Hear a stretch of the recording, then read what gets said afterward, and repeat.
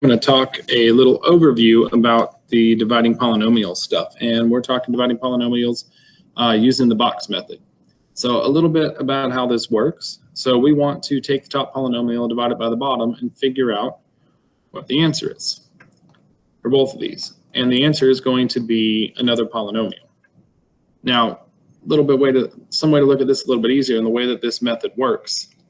So say we had 8 divided by 3, and we wanted to know what it was equal. Here we could normally just calculate this, but another way to look at this is that, well, 8 should equal this missing part times 3. And this setup right here, where we're using this idea of multiplication to figure out what the top number should be, we can find this missing part, because with polynomials, we know how to multiply them very easily. Dividing them is difficult. And when we look at this with the box method, what we're actually going to be doing is turning this into a multiplication problem and solving for this other part that we needed to multiply by. So for each and every one of these, we're going to draw a box. And we know that one side of the box that we multiply is going to be this x plus 3. The other one is going to be missing. And when we put this missing one, this one's going to be on the top, and this one here is going to be on our left side. And when we do this multiplication, top times left, this comes out as the answer. And then we can use this answer and this other side to work backwards, is the trick that we're working for. So this actually looks like this when we dissect this into a multiplication model. The x plus 3 is here on the left side. The other part that we want to multiply for, that we want to figure out that we multiplied with, to give us this answer is this top part. And this top part up here, this is where the answer for this division is going to be. And we can use our knowledge of how we multiply to fill in all these missing spaces. So then we start this x plus 4, well, we know this goes into this top left corner by itself. And when we found this, when we multiplied, we know we took this missing part and this x, and we multiplied them together to get this x plus 4. So since this is x to the first, that means this has to be x to the third, because x to the third times x to the first gives us the x to the fourth that we want. So we solved the first part of our answer. Now we're going to use this new x to the third, multiply it by the 3, fill in the bottom part of that column. Now, part of this setup that we need to remember is that the diagonals for this expression always added up to the number down here. Now, the coefficient was going to be the same. I'm sorry, not the coefficient, but the variable and the power are going to be the same. So since this is x to the third, this also needs to be x to the third. And what we're really looking at is what number needs to go here to make this addition work. Something plus 3 equals 3. Well, that has to be 0. We're making this diagonal with its answer become a true statement to get us back into the middle over here. And then we start over. We use this number to figure out what should go here. To get the x to the third, this needs to be x squared. But we need 0 this time. And remember, there's a 1 in front of this. So 1 times what gives you 0, tells me this should be 0. Then we multiply to find the bottom part. 0 times 3 is still 0. And I'm going to list the x squared, because just like before, this diagonal is going to have to become a true statement. I'm going to have to make the coefficients add up to whatever the answer is down here. So this answer, even though there's not a number written there, we know this is 1. So we need 0 plus something to give us -1. So the only way that will be true is if this becomes -1. So now we've worked one more column over, and now we can work into the top of this column. This is x to the first. This has to be x to the first. That way we get x squared when we multiply. And we have +1 times something equals -1. So this has to be -1 to make that work. Then we use our top number to find our bottom entry. -1 times +3 is -3 x to the first. And again, the diagonal adds up. So we have a 1 down here. that we want to add up to. Oops.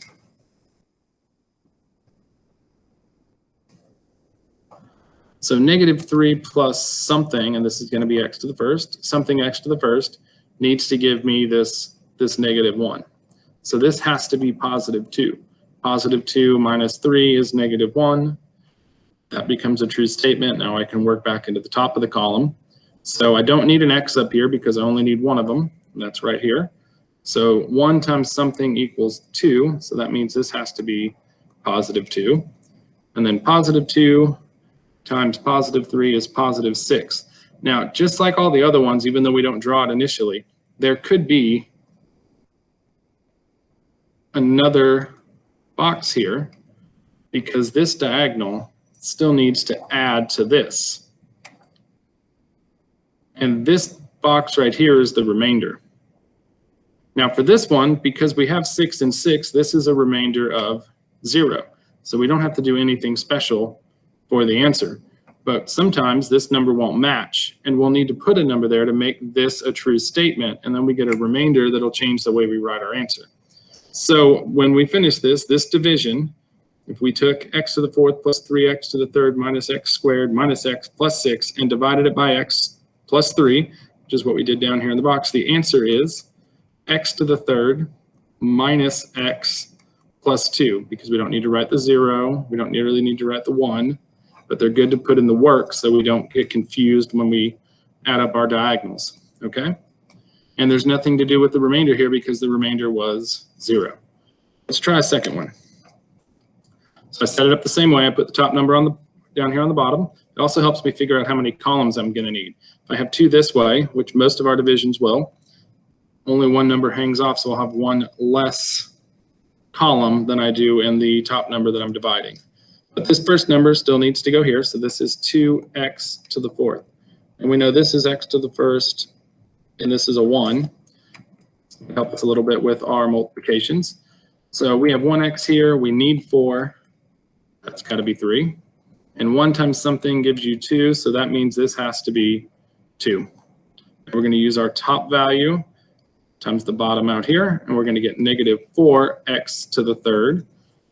And we use our diagonals and we keep working our way over. Now we know the powers of x are going to match, so that's going to have to be an x to the third to make this work. And we want this to add up to -5. So -4 plus something gives you -5. Means that's -1. -1 plus -4 is -5. And now we can work back to the top of the column. So we need an x squared here. And to make that one negative, that needs to be -1. -1 times -2 is +2. And it gets an x squared with it. And we're going to do the diagonals again. That one has to have an x squared to make this addition work. And then we only need to worry about the coefficients. So we have 2 there. So 2 plus something equals 2 means this has to be another 0 there. So you still need to take care to pay attention to the x's with, even though we have 0. This has to be x to the first because I still needed x squared, but this needs to be 0 because 1 times 0 is how we get that 0. So then we come down here, we're going to get 0x to the first. Diagonals again. And remember, they've got to add up to 5. So this has to be +5, and it gets an x to the first because that one had one, because 5 plus 0 gives you 5. Now we don't need any x's here because we only need one of them, and it's over here on the left. So that's +5. And then 5 times -2 is -10. And remember, you always want to check. You technically need an extra box here that could appear with a number in it. And we look at this diagonal. -10 plus 0 gives you -10, so there's no remainder on this one, so we don't need to worry about that. And our answer is what appeared on the top in this process. So our answer to this division is 2x to the third minus x squared plus 5. Let's try one more. Look at that remainder again. So Wasn't on the original slide, but let's divide these. So we want to take big polynomial divided by the little one. So I put the n plus 2 on the side, and I put this, remember this is our answer from this multiplication. But what we're looking for is what number produced that multiplication right here. So we're going to do this the exact same way. So this n to the third goes here. And this is going to work the same way even though I changed the variable from x to n. It all works the same way. So we know this has a coefficient of 1 and this has a power of 1. So this is n squared. And we're going to get 1 because we wanted 1 right here. We're going to use the top number to find the bottom. So 1 times 2 is 2, and that gives you n squared.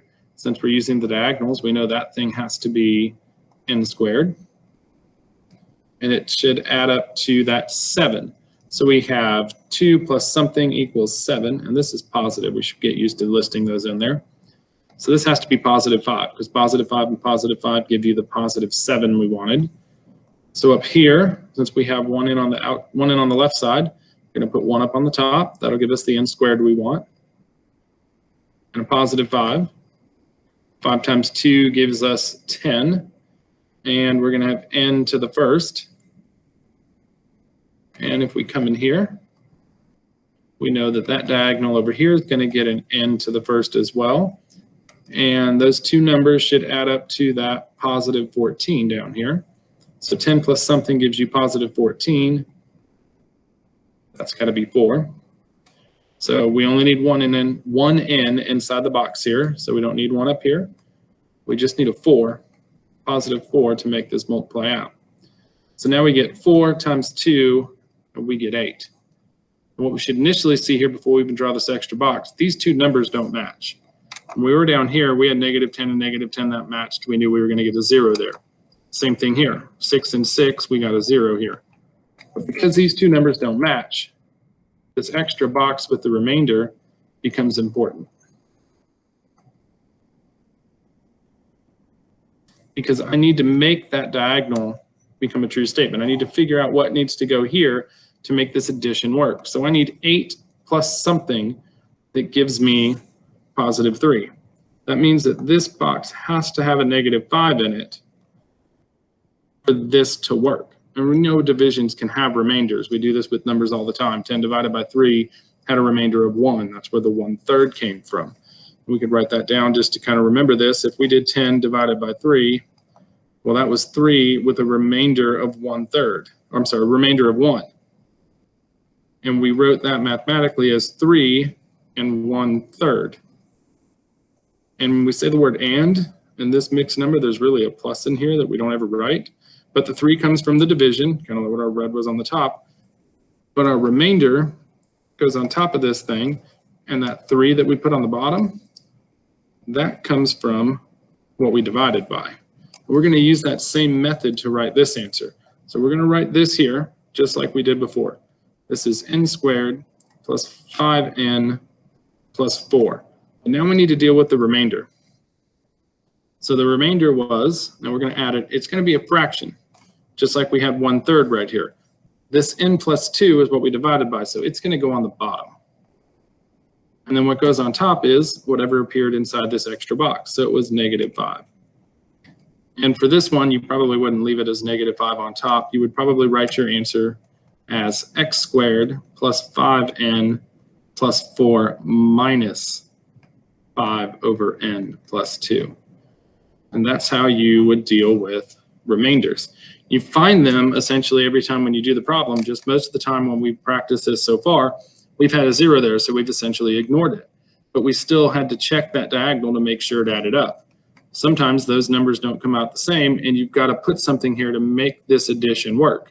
And that addition becomes this extra fraction with whatever polynomial you were dividing with on the bottom.